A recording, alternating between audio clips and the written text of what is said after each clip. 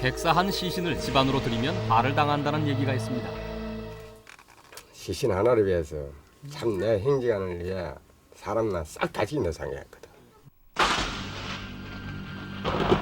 객사한 삼촌을 집안으로 모신 후 박시댁 가족들에게 닥쳐온 일들.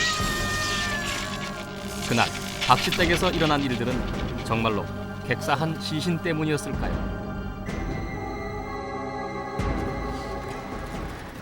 당시 부산에 살던 박명섭 씨. 간경화로 위독했던 그는 고향 산청에 계신 형님에게 돌아가 마지막 남은 시간을 보내고 싶어 했다고 합니다. 경호야, 조심해서 모시거라. 그런데 여보 정신 차리소. 여보 또왜 이게 어떤 그러냐? 일이고? 형님! 아버지! 형님! 아버지! 차 안에서 숨을 거두고 만 박씨. 문제는 그 죽음이 객사라는 데 있었습니다. 안 됩니다. 시끄럽다. 난도 아니고 내 동생이다. 누가 모르는겨. 하지만도 자네 처말이 맞다. 옛날부터 객사한 시신은 집에 들여놓는 게 아니다. 들여놓으면 집에 화를 당하는 기라. 우리 대건 내 동생이다. 응? 화를 당해도 내가 당할 기다. 응? 경호야, 아버지 컸다 안으로 모시라. 응? 종길 너 뭐하노? 정기라 장작 좀 더 떼거라. 다음 날 산청 박씨댁에서는 명섭 씨의 장례 준비가 한창이었습니다. 아무리 객사라 해도 동생의 장례를 밖에서 치를 수는 없다는 윤섭 씨의 고집에 시신은 일단 집 안으로 모셔졌던 것이었습니다. 그런데 정오중 멀쩡하던 하늘이 어두워지면서 일기예보에도 없던 비가 무섭게 쏟아지기 시작했습니다. 갑자기 웬디고? 놀랄 있어. 소나기와 함께 벼락도 치기 시작했습니다. 경호야, 미 그래 아무것도 안 먹으면 몸 상한데 어디 와가 한숨 떠라. 어이? 얼른. 바로 그때였습니다.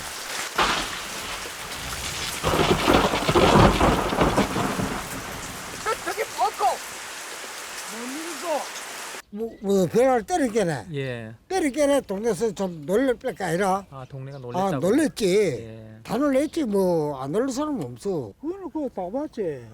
내가 한 사람만 보는 것도 아니라니까네. 뭐 100사람이지 100사람 다 놀랬다. 오고 그지 뭐 불만 뭐 버쩍 그러면서 그만 시퍼런 물이 막탁 내때려. 시퍼런 불꽃이 삼킬 듯 지붕을 덮치는 것이었습니다. 그 순간부터 집안에 이상한 일들이 일어나기 시작했습니다. 승모, 경호 고기 지금 끓어. 조금 좀 뒤에서. 어야. 소금 어딨나? 찬장문 열어보이소. 찬장 문을 여는 그 순간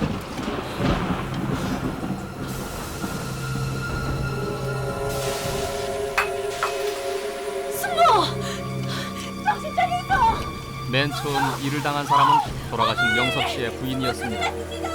쇠붙이로 들은 숙모만 예. 가슴에 맞아가지고 이렇게 탁 넘어졌는데 내가 그래 속물이 탁 안으면서 숙모 일하는데 일하는데 이 피가 흐르더라고. 부엌에서 어머니가 쓰러진 그때 몸이 떠올랐던 경호 씨.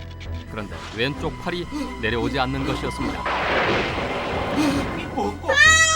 같은 순간 푸른 불꽃이 방을 가득 메우는가 싶더니 아이의 몸이 재봉틀로 끌려갔다고 합니다.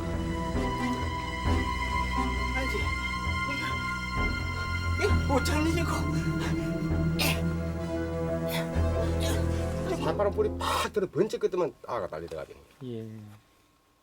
그런 게 그 때에도 빨리 안 떨어지더라고요. 예. 이런 소동 속에서 재수 씨가 종고조부를 깨우려던 그 순간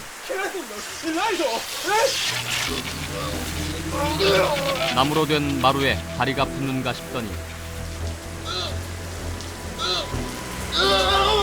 마당으로 튕겨 떨어졌다고 합니다. 믿을 수 없는 일은 또 벌어졌습니다. 외양간에 묶어둔 소가 공중으로 붕 떠올랐다가 떨어졌던 것이었습니다.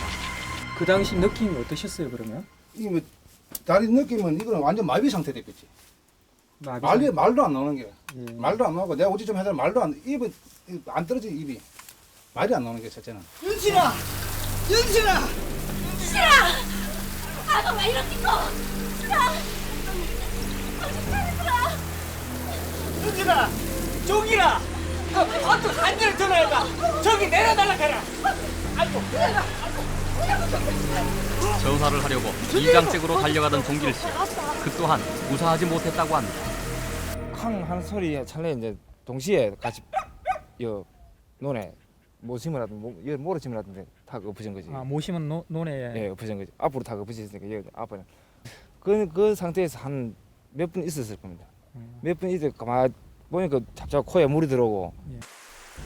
이야기인즉슨 맨발로 달리던 종길 씨가 벼락에 끊어진 전선줄이 닿은 웅덩이를 디뎠고 그 순간 몸이 튕겨져 나갔다는 것이었습니다. 천신만고 끝에 전화가 있는 이장댁에 도착한 종길 씨. 아이고, 이게 누구? 아시면 한테 전화 좀 해주소. 치면 알려주신다. 빨리 전화 좀 돌려줘라. 아이고, 이게 웬일이고. 그 순간 종길 씨에게 또다시 닥친 횡해.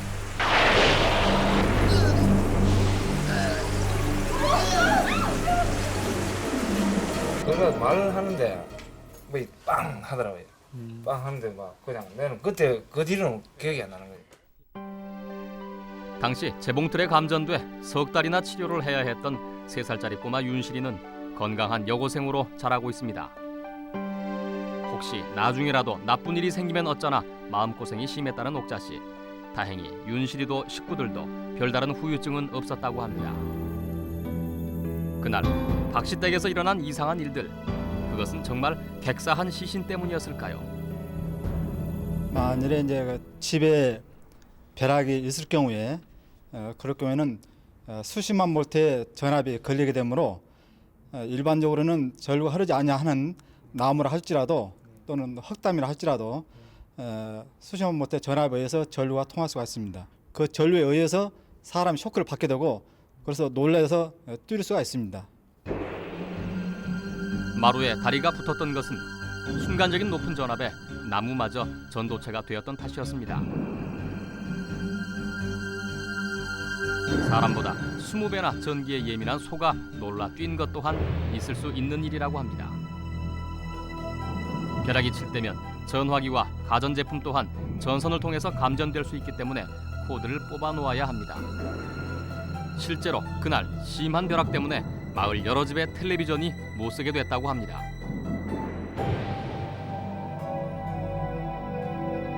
그렇다면 왜 옛날부터 객사한 시신을 들여놓지 않는 관습이 있었던 것일까요? 우리나라에서는 사람이 집 밖에 나가서 죽었을 경우에는 객귀가 된다고 믿었습니다. 그 죽은 사람의 시신을 집 안으로 들여놨을 때 그 시신과 함께 객귀가 묻어 들어와서 살아있는 사람에게 해를 끼친다고 믿었기 때문에 그 시신을 집 안으로 들여놓지 않고 집 바깥에 토롱이라는 그러한 그 시설을 만들어서 안치하게 되는 것입니다. 사람이 일상적인 죽음, 정상적인 죽음을 맞지 않고 질병으로 죽었을 때도 역시 토롱을 해서 거기에 나오는 어떤 전염병이 집 안으로 들어오지 못하게 하는 그러한 의미도 가지고 있습니다.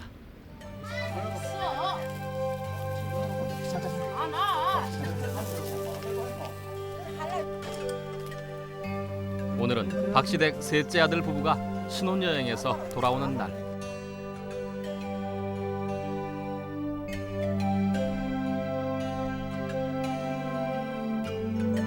박 씨 댁에서는 새며느리가 시집에 들어설 때 반드시 치러야 하는 절차라고 합니다. 기분이 좋더라. 할아버지 할머니들 이제 귀신들 못 따라오라고 그래 그걸 하는 거 아닙니까? 아 친정에 있는 귀신들이 못 따라오라고 하는 그런 풍습이다. 그런 풍습입니다. 불을 피워 뛰어넘는 것은 오래전부터 이어온 앵마기 풍습인데 그 모든 것이 마음으로 삼가고 조심하는 조상들의 가르침이었습니다. 10년 전 새 집으로 이사한 이후 벼락소동을 겪은 집은 비어 있습니다. 그리고 14년 전 그날 박시댁 가족들이 겪었던 일들은 이제 식구들이 모일 때마다 두고두고 얘기거리가 되고 있습니다.